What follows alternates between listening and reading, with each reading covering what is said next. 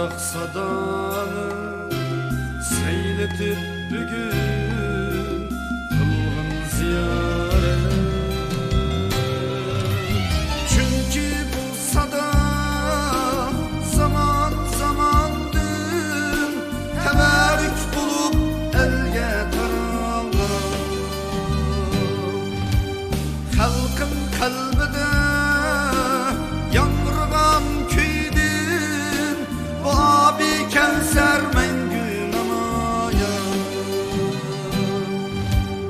Anların dostu üstün rivayet, burundan maraz hikaye.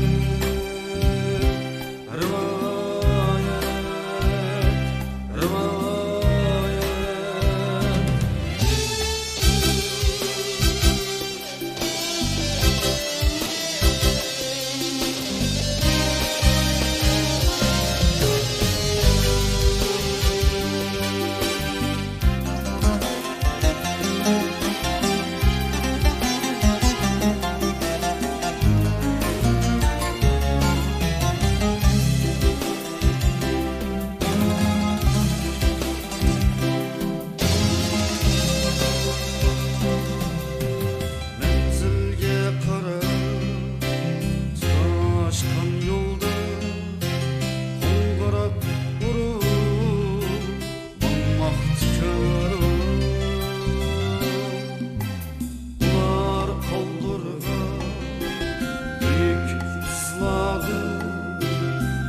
Kendi gülge eşti bayan.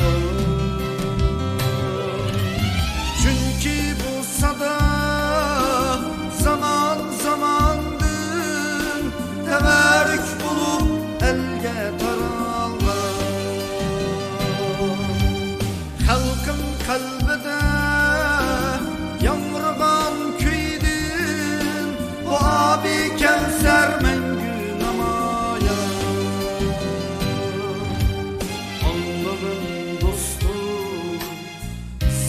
Rivayet, burundan maraz hikaye.